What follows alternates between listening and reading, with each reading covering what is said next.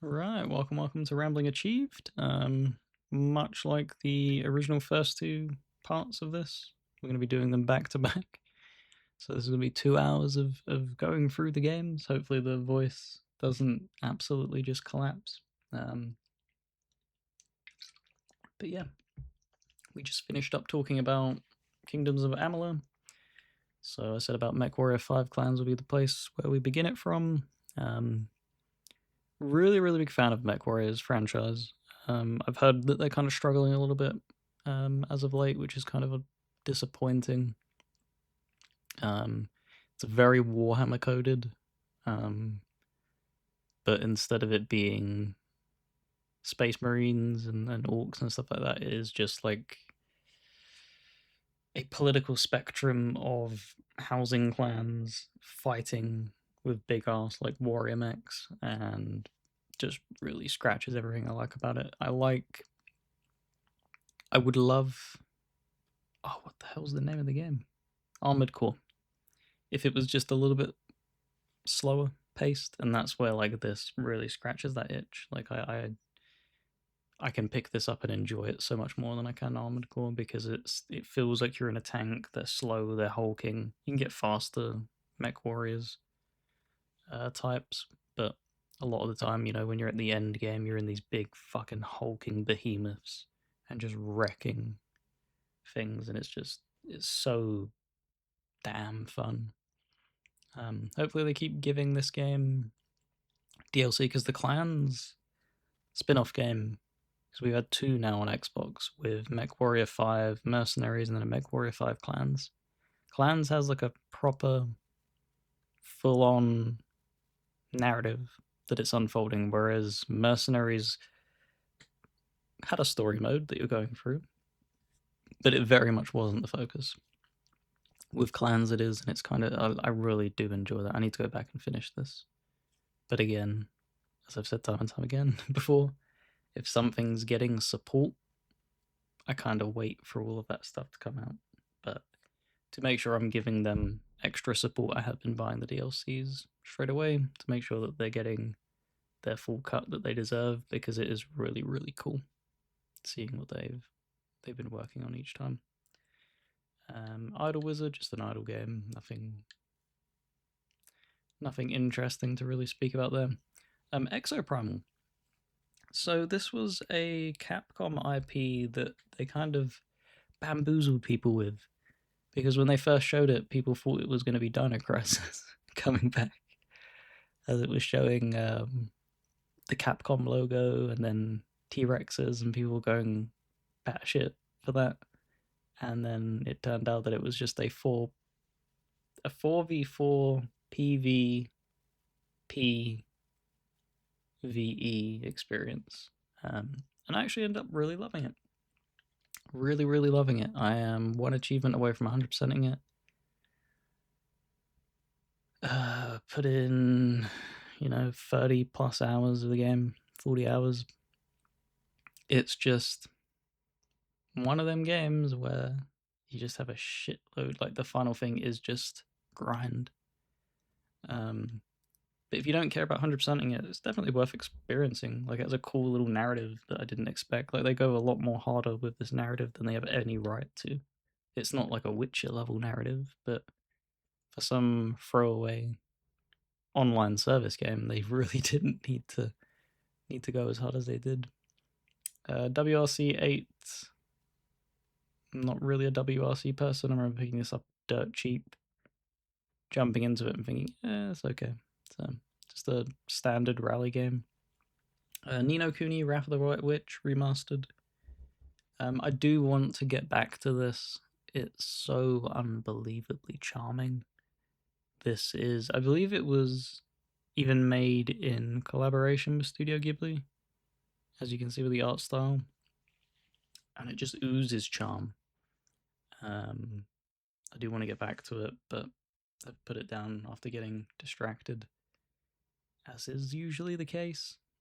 Dead Rising 4, the Dead Rising Christmas special. Yeah, a weird game. This was the one where they switched up Frank West into a different actor from the original Frank West, and then they did very definite choices with how they ended the game and stuff like that, and it pissed a lot of people off, I remember. But it's still fun. It's still a fun game. I don't know how much more you can squeeze this IP for, though. It kind of feels like they're in the same ballpark as Saints Row was, where you've pushed absurdity to the max, and there's no more ceiling. You've reached the ceiling of absurdity. So either they're going to have to scale that back and make it more horror-esque, or maybe even, I think they're kind of doing it now with like a soft reboot where they've gone back and did a remaster remake thing of the first game. So maybe that's how you kind of buy yourself a little bit of time. I don't think that's the answer, though, if I'm being honest. I think you are going to have to change up aspects of the game, unfortunately. Right, and then moving on to Promise Mascot Agency. We'll always have to say this. Thank you for Brandon for putting this onto my radar. Holy shit, this game is just wacky. Wacky craziness. I still, again, I've said it every time I've spoken about the game. I don't know how like you would go about describing it. It's like a sandbox, open world sandbox game where you're exploring it with a car as your main form of like transportation. You upgrade the car, getting different ways of traversing the environment. It's a collectible card game as well. It has a really good comedy, really funny writing, and just a crazy cacophony of just madness. But yeah, and that 100%ing it, absolutely love the game. Love the game so much. All right, Soulstone Survivors. Another Survivors like. It's a little bit more challenging than most of the other ones that I've played. It has like a dodge mechanic to try and make it a little bit more engaging. But yeah, just more of a Survivors like. King Arthur Knight's Tale. This is the first game from the Neo Core, where we touched upon Legion 9 before. This is the original game, and we will have a look, because I know it was a hell of a lot longer. Yeah, you're looking at like 40-50 hours for this, and that's just crazy. That's just crazy, man. So yeah, Atlas Fallen, haven't played too much of it. Kind of just a third person action adventure game with light RPG mechanics and stuff like that. Has a really cool movement traversal system with the sand, because you like ride the sand and stuff like that, but didn't really find it all that compelling to stick with.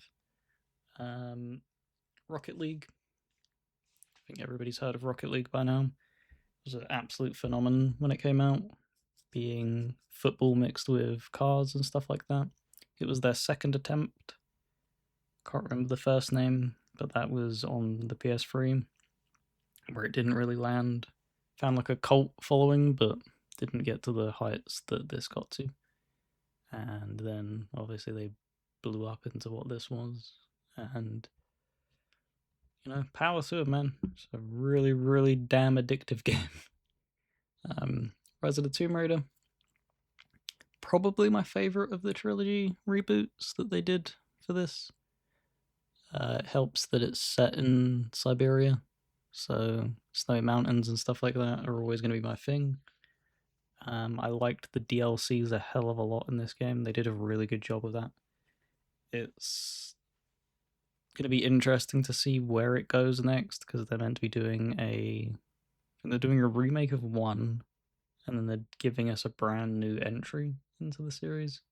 So it's going to be interesting to see where they go for that. Battlefield 2042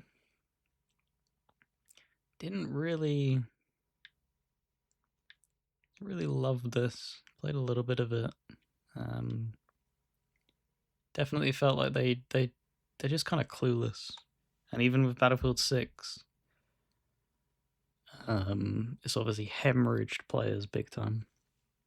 They can't keep up. The way, stuff like, I know this is different, but like Crimson Desert with dropping updates, and you have a lot of other developers that do that kind of level of commitment, not to that degree as what they're doing, but like it takes them so long to deploy shit in Battlefield games.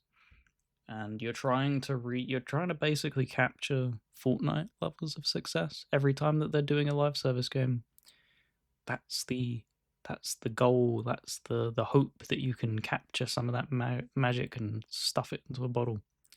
You don't do that with the design philosophy of how you were working back in Battlefield 3 and Battlefield 4.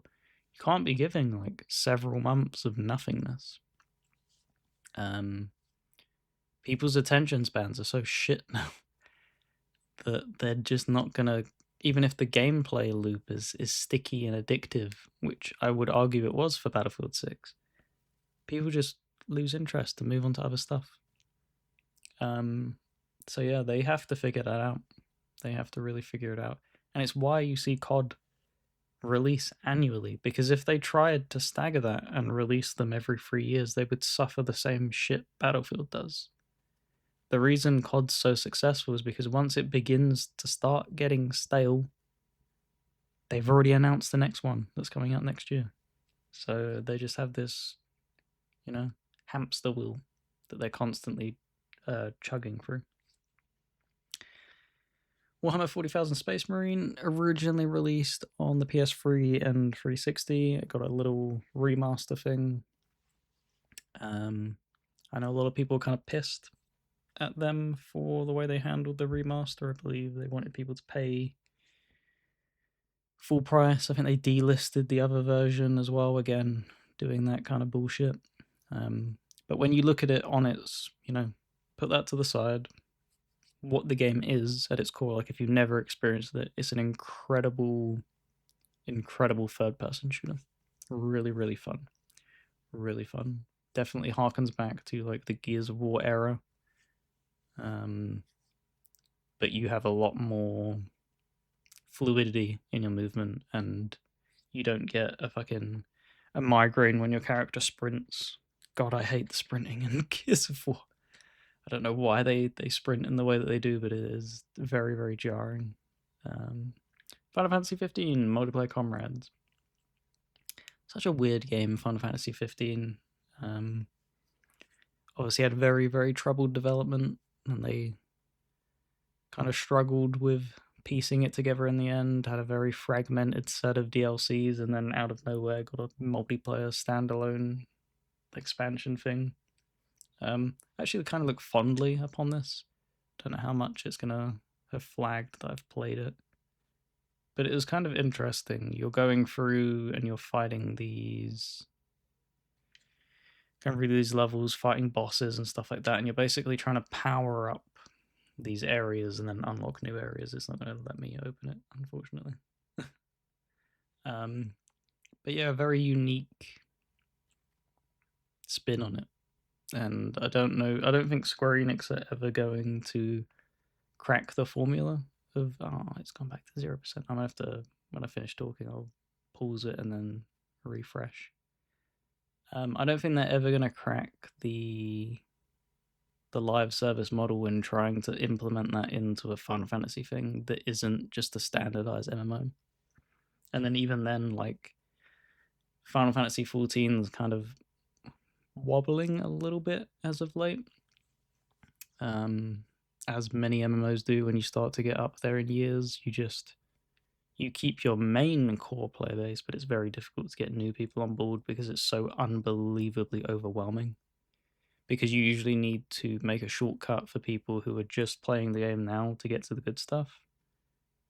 And then that kind of pisses off people who are established players, and they don't want people who have no experience with the game getting to anywhere close to end game stuff, because then it impacts their enjoyment, as they have people who are clueless trying to fumble their way through the game. It's just a really difficult thing to balance. So, like I said, I'm going to pause this and try and get this back. So it's at Comrades. I need to remember that. Right, we are back and it is fixed. Moving on, Across the Obelisk. Didn't play too much of this. It's kind of similar to Knock on the Coffin Lid, except you can play this game entirely in co-op. Didn't really grip me though, if I'm being honest. It'd probably be something that you have to sit and dedicate a lot of time to, and yeah, it's just one for the backlog. FBC Firebreak. This was Remedy's take on trying to land themselves a live service game. This game did a lot of damage to them. Had a really high budget for what it was. Sold basically nothing, and just yeah. It's always my concern when people are like, have like a developer try and get like a live service game on the board and stuff like that. And it's like, it's very, very damaging, man, and especially for Remedy, who struggle with balancing budgets and making consistent money as is. You can't be throwing away like 20 million at something like this for it to give you nothing in return. You just don't have that luxury to be doing that, or whatever the budget was. Absurd. It's a fun game as well. That's the sad part. It is enjoyable for what it is. It's just very anemic in content and basically doesn't move the planet. I was reading Revenge of the Savage. Doesn't move the needle forward at all. Idle Devils, another idle game. Revenge of the Savage Planet. So I was a very big fan of Journey to the Savage Planet. Ended up playing that entirely in co-op. It was kind of like a Metroidvania first-person like explorative puzzle game with a little bit light combat elements and stuff like that. Didn't really click with this one. Was also playing it in co-op with a friend, but it just, didn't really do anything for me. I think it was fine just having that as a one and done thing. I didn't really need another thing of it. So, yep. Zenless Zone Zero, an MMO gacha game, I believe. I don't probably put like less than an hour into it, 24 minutes. I was like, yeah, I'm good. I'm good. Dungeon Siege Free. This is Obsidian's take on like an ARPG, Diablo-like esque kind of. It's not really Diablo-like. I get, yeah, it kind of is. Very, very challenging game. Like, I despise the final boss. And then there was a bunch of other bosses. It just felt like a very unbalanced title. Very, very difficult. Like, had some of the most absurd difficulty spikes I've ever seen. And I think the entire playthrough is on the channel. So if you want to watch me suffer, it's a non-commentary playthrough. But like, I felt like I was pulling my hair out with that final fight. It was brutal. Funko Fusion. It's Funko's trying, like an attempted pop at trying to do a Lego-like game, and it just failed miserably. It's just a miserable game to play, in my opinion. Didn't enjoy it at all. Elden Ring Night Rain didn't really grip me. Put an hour and a half into it. I don't know. It's cool for what it is, but it doesn't do much for me. Maybe I'll go back to it and warm up to it over time, but yeah, not really my thing. Valkyria Chronicles 4. Really want to get back to this at some point. I enjoyed what I played of it. Again, this should have been, I think, about 5+ hours, maybe more. Yeah, 11 hours. It's always the achievements that make it look like you've done fuck all. 11 hours. Really enjoyed my time of it. Really fun game. It's like a turn-based mix, real-time / turn-based mix of a JRPG set in World War II, but it's fictionalizing the factions. So it's not like America versus the US. It's the Empire versus whatever. I don't know the the names of the factions. It's been a while, but you get it. You get the gist. Doom: The Dark Ages. I actually really enjoyed this for what it was. It's not as good as Eternal, in my opinion, but I would place it above Doom 2016. Is it 2016? I think the original one came out. Yeah, really fun. Really, they seem to be trying to make you care for Doom Guy, but he's just, maybe you should just let it go. Just just let me kill monsters. I don't really need to learn about his backstory, his past, his story, and shit like that. Just let me punch a cyber demon in the face with a big fist. That's all I need. But this will be getting a DLC soon, I believe. And I am excited for that because Eternals DLCs were incredible. So high bar set for the Dark Ages DLC. Total War Warhammer. Didn't really play all that much of this, but on the PC, it's just it's just another Total War game, just on the realm of being set in the original Warhammer universe. So this is the fantasy variant. Yeah, it was fun for the time that I played it, but haven't gone back to it since. They just take so long, man. It's how long? So 3 hours, and you're like barely scratching the surface of like a campaign. It's crazy. Final Fantasy XII: The Zodiac Age. I actually really enjoy the design of this game. I've just not got particularly far in it. Every time I've started it, I've like bounced off of it. But yeah, put about 10 hours in. I don't know why that says 21,000 unless that's seconds. It's a bit weird. Time played and time played. Okay then. But yeah, I'll be returning to that at some point.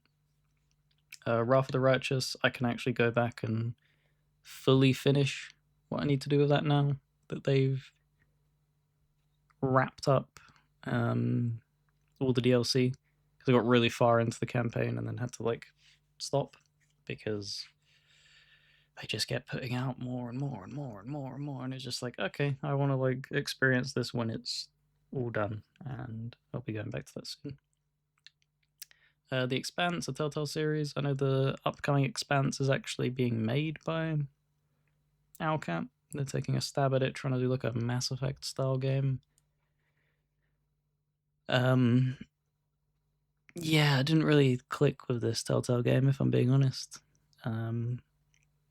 Maybe I'll go back and try and tackle a little bit more of it, but the writing just wasn't particularly all that interesting. And the Walden lore just didn't really care for. And I'm like a big Walden lore person, so if you can't really get me on board with that, it's kind of difficult. Expedition 33, my game of the year of last year, as well as many others. Just an absolute love letter to Lost Odyssey. Just an incredible showing of what happens when you have very, very talented developers deshackle themselves from the confinements of AAA developers and then allow them to spread their wings creatively, rather than just go make another Assassin's Creed game, go make another Far Cry game. And I'm using Ubisoft as an example there because a lot of this team is ex-Ubisoft developers. So it really, really, really, really goes to show how flawed the AAA space is, because they've broken away from it. They were able to do this on a very tight budget as well. And it's like, you should probably, have your established IPs, but if you're a big enough company like Ubisoft and stuff like that, maybe have like an indie studio founded underneath your belt and just leave them to go do something experimental. Because you could get away with giving this a lot less budget, and then you'd be landed with this. And just don't have hands-on with it. And then this is what you get, but it's never going to happen. Alpha Protocol, Obsidian's Diamond in the Rough. I really wish this was backwards compatible, because I would probably go through and 100% it, but it is so hard to do in its original state because it's so poorly optimized on the 360. It's a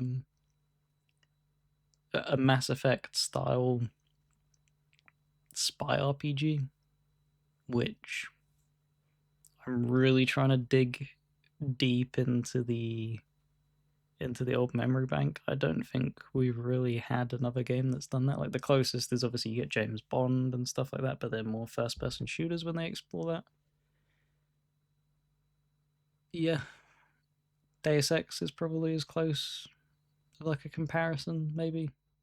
But yeah, really, really damn fun game. Really damn fun. Alone in the Dark, hideous, hideous game.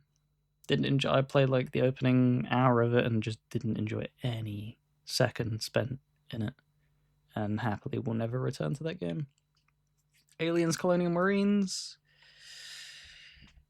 Oh, do I have history with this? This was the this was the first game that put onto my radar how much I dislike Randy Pitchford with his handling of it. Go look it up with the money situation of this game and what he decided to do, how he benefited with that with Borderlands 2, very heavily sabotaged this game, and yeah, just a complete mismanagement of it. And the fact that it's finally, like, the dust settled, they were able to patch aspects of it. It's an okay game now. I remember at launch it was very, very, very buggy as well, which also didn't help its case. It was meant to have like a lot more aggressive alien-based AI, but they toned it down. Yeah, just it's so unfortunate to see the Aliens IP get so heavily mismanaged for so many years. Thankfully, they're clawing it back now. But yeah, fuck you, Randy Pitchford. Ace Combat Assault Horizon. I really enjoyed this. Really enjoyed it. It's Ace Combat is usually fighter jets. This also allows you to use Apache helicopters and stuff like that. Really cool. I remember playing this. We went to a game expo, and this was one of the games that was showcased there. And I remember getting like the ability to play it before it released, and that felt so cool to do that. I'm trying to think what else was at that game expo. I know Battlefield 3 was being showcased. Can't remember what else was there, but I remember this specifically because I sat there and played it for like a good 20-minute chunk and absolutely loved it. Oh no, come back, no! I right bumper clicked, hold on. God damn, fat finger. 007 Legends and GoldenEye Reloaded. Haven't really spent much time with these. Really wish that if they re-initialize the backwards compatibility program that we get some of these. I know it'd be a real pain to get these licensed back again, and I don't think if there could be a way that you'd be able to play the game but not purchase it, that doesn't do any real benefit for Microsoft and Xbox. But like, one can hope, man, because I'd love to play these on modern hardware. But yeah, didn't really do much in these two games. However, these two games are dope. I remember playing the hell out of the Quantum of Solace multiplayer, being very addicted to it. I believe, oh, who was it?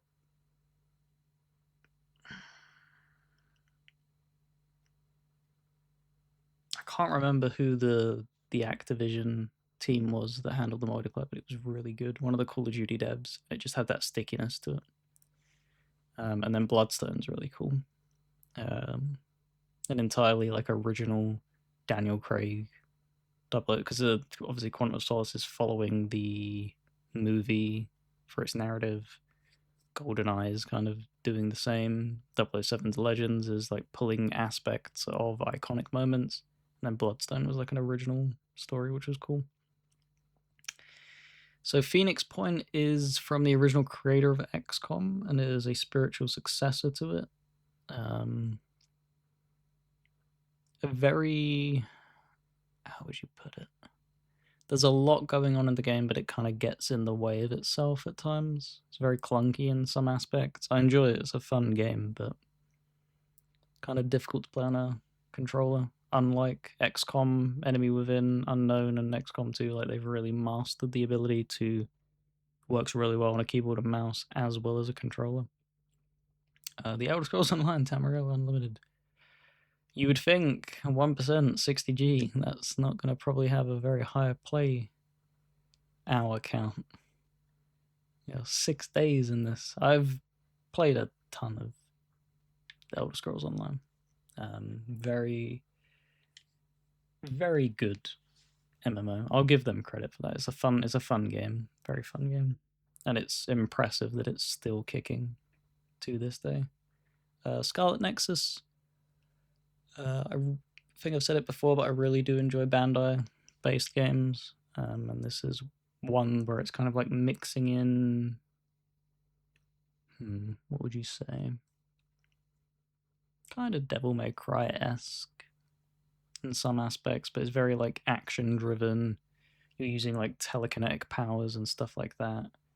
I believe it's even like a split narrative, because as you can see there's a female and a male on the cover, and you can choose who you want to follow the story of, and then you obviously play the other half. So really cool. I want to get back to that at some point.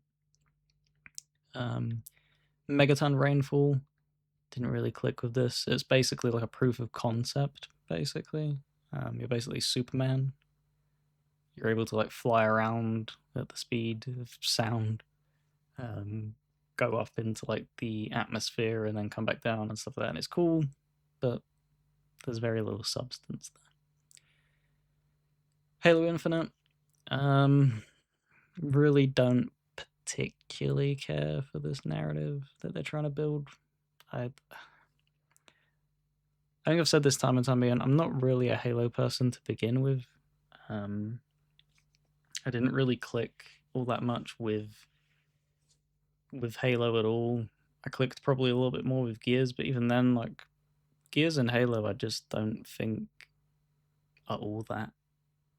And it's the thing of like, maybe it's a time and place thing, and you can look more fondly on it if you were there at release and stuff like that, but yeah, they're fine. And it's the same with Infinite, like, but you've seen, because this is in April of 2026, stuff was already coming out beforehand, but it's resurfaced again that there's just heavily poor management coming from Halo Studios and 343 before that. And it's just, they don't know what to do. They really don't know what to do. They're just completely clueless. They leave you with a cliffhanger, basically, with Halo Infinite, and then finish off the narrative in a book. And it's just like, you guys are just really incompetent at trying to do anything, it feels like. And it's really hard to establish outside of like your core player base, like anybody to care about it. Because the remake of 1's going to be dropping on PlayStation soon. PlayStation fans aren't going to give a shit about it in the same way that they didn't give a shit about Gears. Like, the time, like, if you've wanted to play it, you would have played it by now. And then on top of that, it's going to be very, very aged in what you're playing, to the point where it would be like if PlayStation went, here's Uncharted 1 to Xbox. You're not going to look at it fondly in the way that you did back in 2007 or 2006 for whatever it was with Uncharted 1, because it's so aged now. And it's the same with the Halo. Like, Halo 1 has some really bad design in its like level design in that first game in some parts, and you're gutting it of its multiplayer, which a lot of people hold like the highest regard for overall in the Halo game. and you're just gonna do the narrative, and it's just like, this isn't probably gonna go down well at all. Like, come on, man. Solstice. This is a Bayonetta, Devil May Cry-esque kind of spectacle fighter. Didn't play too much of it. I want to get back to it though, so I don't really have much to say on it. F1, just like FIFA and many other sports games, just a yearly annualized entry in whatever it is that they're doing, and it's just another F1 game. I really enjoy the prospect of going through and building your own team in the single player, but didn't do that this year. Mass Effect 2, probably my favorite of the trilogy as like a complete package.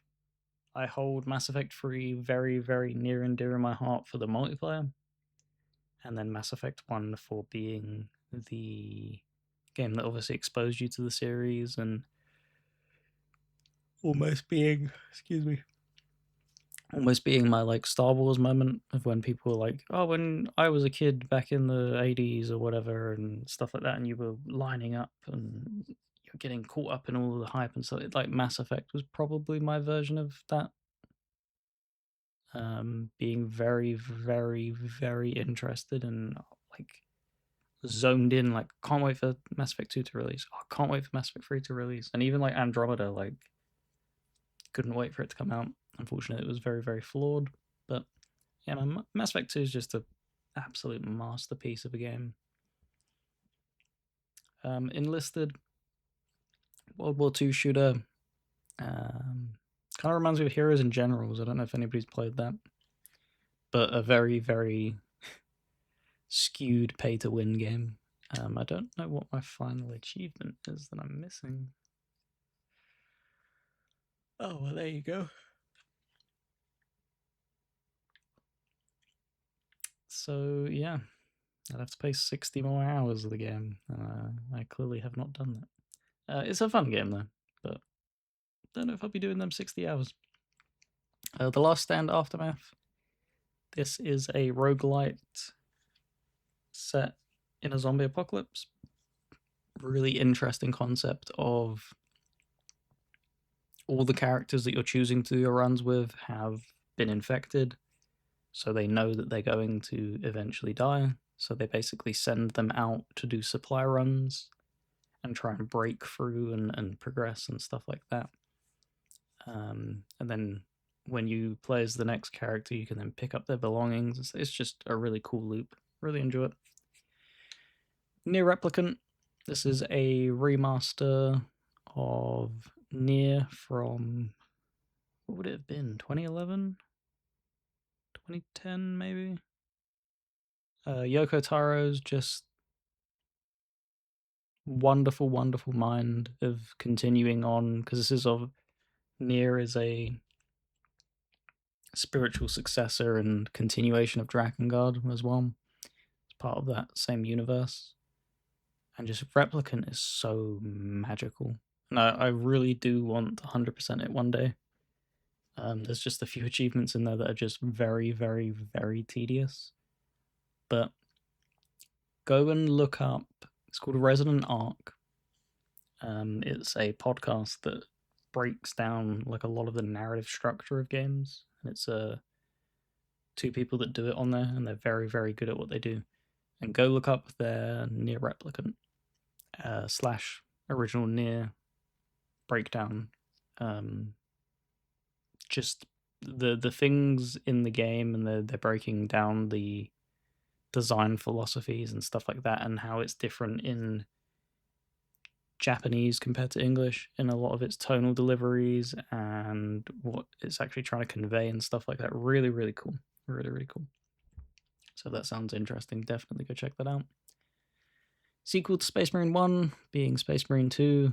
Saber did a hell of a good job recapturing the magic. I would have preferred there to be, what was it called? Exterminatus, I believe, was the game mode from the first game. If that was in it like 1.0 in a fleshed out manner. this I would have probably argued being my game of the year. Like they've done a really damn good job. Really, really fun. And it's constantly getting support. I'm assuming that there's going to be another one coming out soon. It did unbelievable numbers for them.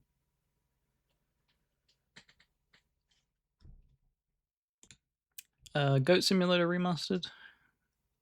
Just messed around with it on, I believe it was on the ROG I was doing that on, I think.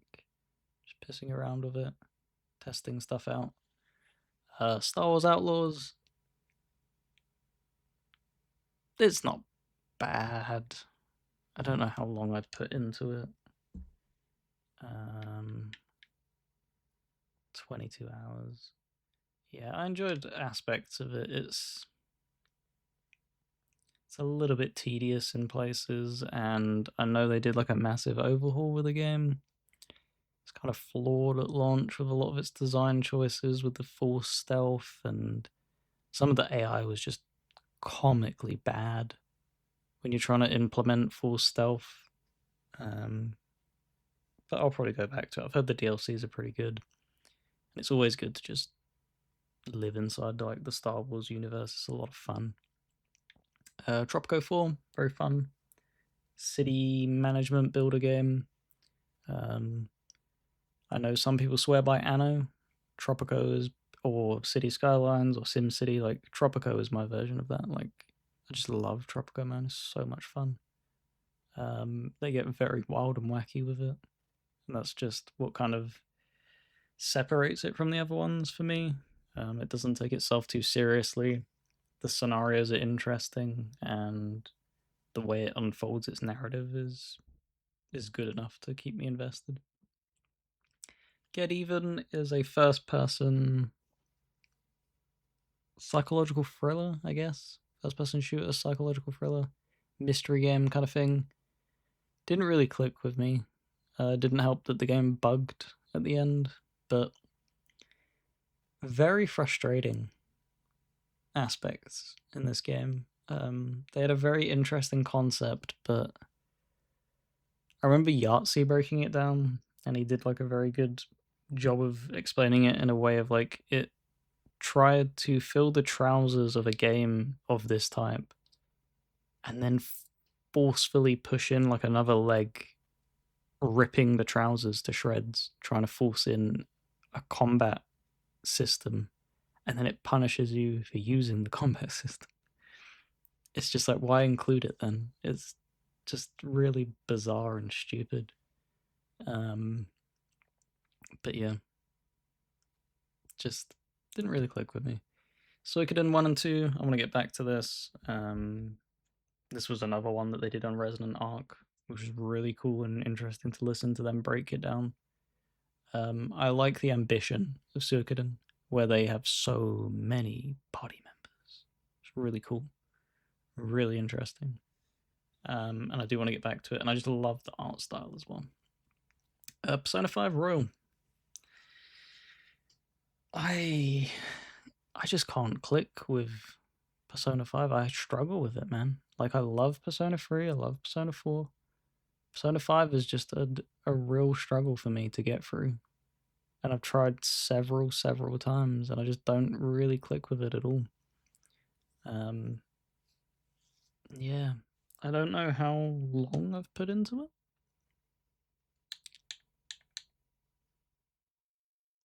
So 34 hours roughly. Yeah, I don't know.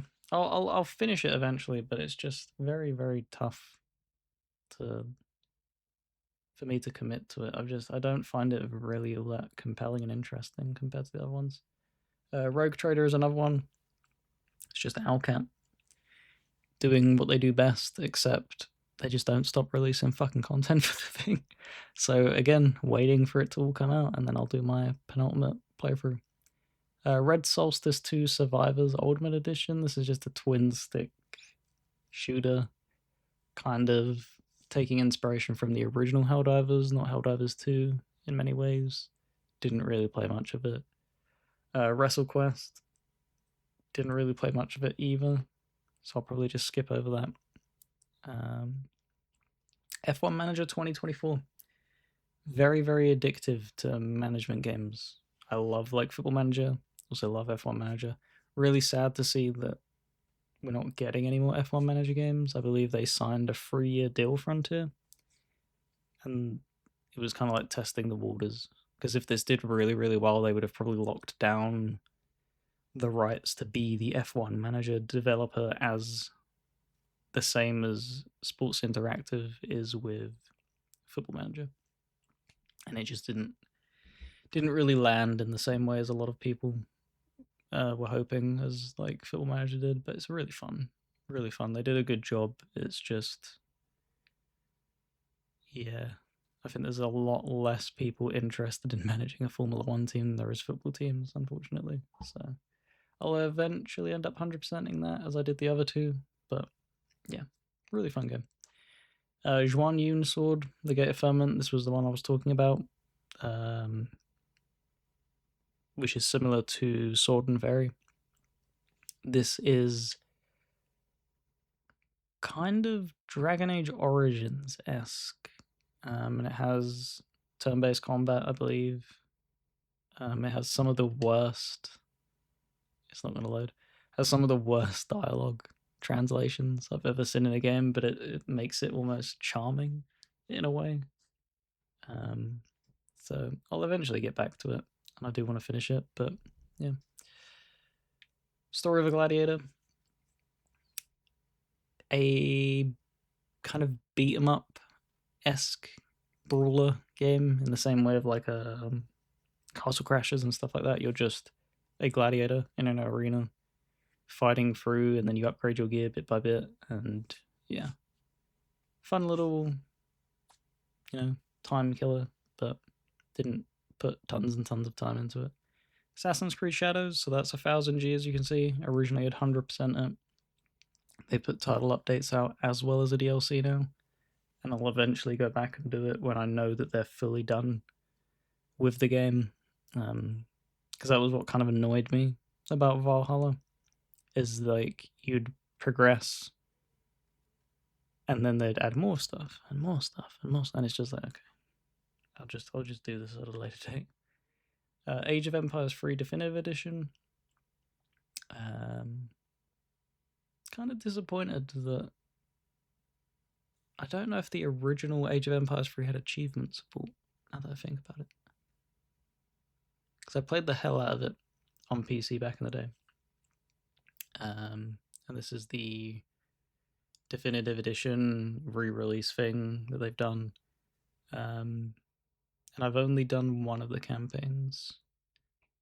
I do eventually plan on going through the rest of them. But yeah. Warsaw Console Edition. This is a game set in World War II Poland, as you're playing a part of the resistance. It's kind of like Darkest Dungeon in its design. Didn't really click with it. Played a little bit of it, didn't really care for it, if I'm being honest. So I don't think I'll be returning to that. Monster Hunter Wilds. I was like hella addicted to Monster Hunter World. Just couldn't click with Wilds. I don't know what it is. I'm going to give it another shot when the DLC comes out, hoping that the performance issues have been straightened out, and also, like, I would hope quality of life and stuff like that have been added, and you can enjoy it a little bit more. But yeah, didn't really click with it. Stalker Shadow of Chernobyl. Oh boy, really shocked that they managed to get these on consoles. Never thought I'd see the day. I made it all the way to the end of the game and had unbelievably game-breaking bugs that prevented me from rolling credits on it. So, mild sour feeling towards the game. But I did end up starting it again and working through it, and I've just put it down for now. Ghostwire Tokyo, this was an absolute blast of a game to go through. Very immersive sim-esque in a lot of its design, where you're just exploring a Tokyo where it's inhabited by demons. People have been basically like raptured away almost You're trying to like save them, save their souls and stuff like that, and you're planning on rescuing your sister. You're accompanied by like a ghost hunter kind of guy, and it's really really cool, really damn enjoyable game. Achilles Legends Untold. So this was the original game from Achilles Survivors, which we touched upon earlier. This is the Souls-like mixed with Diablo-like game. Played a decent amount of it. It's kind of challenging in some parts, but I do want to go back and play more of it. Space Hulk Tactics. This is another game set in the Warhammer universe. Space Hulk is a spin-off board game from the traditional 40k stuff, where you are a set of Terminators sent in to go into what are called Space Hulks, these massive, massive ships that are like derelict and broken down, and you're just trying to recover stuff. And it's, I believe, always Tyranids. So Gene Stealers are all in there and stuff like that. And it's very close and claustrophobic, so this is very XCOM-esque, but it's corridor-based. So you need to be like very deliberate when you're walking down a corridor in this hulking suit of armor, and have to be very, very careful because they will just shred you to pieces. And things can go very south very quick. Order of Battle World War II. This is a strategy game set in World War II, kind of very... It's not very well executed, kind of low quality. Don't really have all that much to say on it. I don't know who made it, so I won't dunk on it further than that. Tales of Vesperia. I've tried starting this a few times, and I just feel like I get pushed out of it each time. I loved Tales of Arise and Tales of Grace's F. I think are the only two Tales I've beaten. And then I don't like Symphonia. I don't know if I'll ever get back to that. I don't know if I'll ever get back to Vesperia. I didn't really connect with it. I haven't tried Zillia yet, which they re-released recently, as well as Berseria. I haven't done those two yet, so I don't know where I stand with them. Couldn't do this game. Tomb Raider 1 to 3 remaster. I respect that they've gone and remastered the original ones, get them on modern platforms. I just don't enjoy the way these play. Just not for me, man. Sorry. And I'll just move on. I won't shit on people's nostalgic childhood. Yeah, power to you. Metal Gear Survive. The black sheep of the Metal Gear franchise. Obviously, this was made after the fact. Well, it wasn't made, it was made while he was there, but it released after the fact of where they cut ties with Kojima. This is a survival game, heavily reusing assets from Metal Gear Solid 5. There's a lot to criticize with this game for sure. They were selling save slots, like Konami were just really, really being scummy, and there's no denying that. But when you look at it through, you put that all to the side, and you just look at, all right, the game for what it is, it's actually pretty fun. Enjoyed my time with it. It's a fairly well competent survival game, and it has really good multiplayer elements as well. Like, there's something that I really do miss from the early 2000s and mid 2010s and stuff like that. Horde-based co-op modes are just absent in gaming, it feels like now. That's why I had like such resonance with Mass Effect 3's multiplayer, and this kind of touches upon that, and I really, really, really love that. And it's just a shame that so few people gave it a shot because of the falling out that they had with Kojima, and then the fact that it's a survival game, so it's shifting genres to what's usually expected from the Metal Gear franchise, and then Konami's just incompetence at not shooting themselves in the foot post Metal Gear Solid 5 up until recently. So, yeah, I enjoyed it. When I got around to finishing it, I ended up finishing the campaign on it. Disciples Liberation. This is a I know it's a strategy game. There's two games that are really similar. Okay, this is the hexagonal grid one. Yeah, so you're able to form different factions, so like angels, demons, and stuff like that, and you're going around exploring these different locations, and you're just building up like a home base. It's very simplistic, but I enjoy it. Played a decent amount of it. Tales of Graces F, as was highlighted earlier, is one of the ones I do love. I love this game. The final couple hours kind of suck from a dungeon perspective. Seems to be like a reoccurring theme with JRPGs, unfortunately. When you have like puzzle dungeons, I just really don't care for puzzle dungeons at all. Just let me like do the combat and just feed me the narrative. I don't need to bring a battery from each floor and open up doors. It's just so much busy work.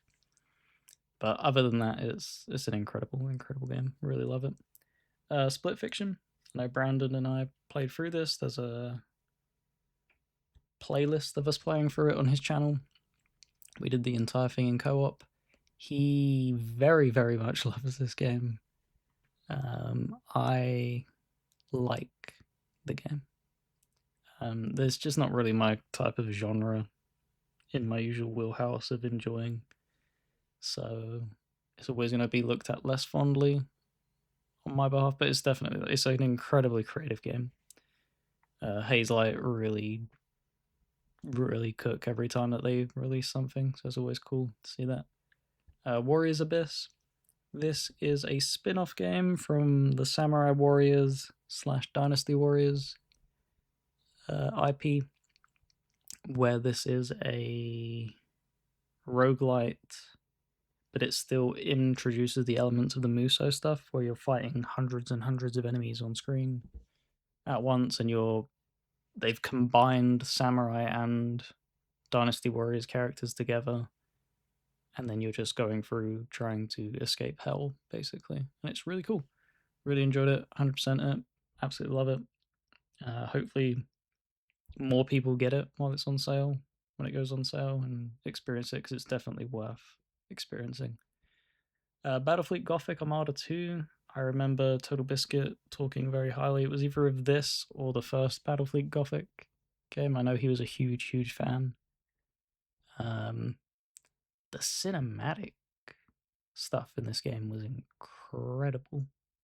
Like, really jaw-dropping stuff for a strategy game. The actual moment-to-moment gameplay doesn't do much for me, if I'm being honest. It's okay, but I wouldn't say I love it. So hence why I've kind of put it down. Rage. This is id's original IP, where they took their own like formulaic spin on the likes of Fallout, mixing in with Borderlands in a way of design, and out popped Rage. I actually really enjoyed Rage 1. Enjoyed probably about 95% of it, and then the ending is just bafflingly poor, where it just felt unfinished. I think they just ran out of time and just had to get it out the door at that point. I don't think there's any other explanation for it. But it's a really damn fun game otherwise. Like, really, really enjoyable. It's backwards compatible on Xbox. It's probably in the Game Pass library, given that they own it. So you can probably play it through that. If not, buy like a physical copy and pop it in. It's not going for very expensive. It's definitely worth giving it a try. Hi-Fi Rush. Tango's last hurrah before the studio was gutted, and then, I mean, they still exist. I think Krafton own them now. But yeah, this game is just proof, the literal proof that even something successful will not save a studio if they're planning on shutting it down. It just doesn't matter, because this had like really good review scores and people were raving about it, and it didn't save them at all. it still resulted in them essentially being shuttered, sold off, and stuff like that. But a really fun rhythm-based action game. And yeah, just really unfortunate that we're probably not gonna see a sequel with the same, like, if they go and take a handle at, like, a lot of the people who were there aren't there anymore, so it's probably not going to hit the same highs. There was a lot of Evil Within Easter egg. It felt like Mikami was just like, come on, man, let me make an Evil Within game, let me do something, let me, like, all these little cool Easter, and it just, yeah, they just, I don't know what the hell Microsoft's going to do with that IP, but again, if they make another Evil Within game, it's probably not going to have the same spice and sauce that the other two did, because he's no longer there, and neither are the other people. Damn, that's an hour already. So we'll wrap it up there and begin from Dying Light 2 next time. But thank you very much for watching. If you want to join a Discord with like-minded gamers such as yourself, make sure to pop a comment down below, and I'll hit you back with a link. And if you somehow stumbled upon here before Brandon's channel, make sure to check out the description down below where his channel will be linked. He does amazing solo stuff, and we do collaborative stuff. And definitely by the time this is out, we should have the first podcast for us going back to doing that on my channel. And the aim is to do that monthly. So be sure to look out for that. If you want to listen to us ramble on about stuff, we should be talking about Crimson Desert, basically, for that major part of that podcast, I'd imagine. So if you want to hear a very long deep dive on that, make sure to go check that out. But yeah, thank you very much for watching, and see you in the next one.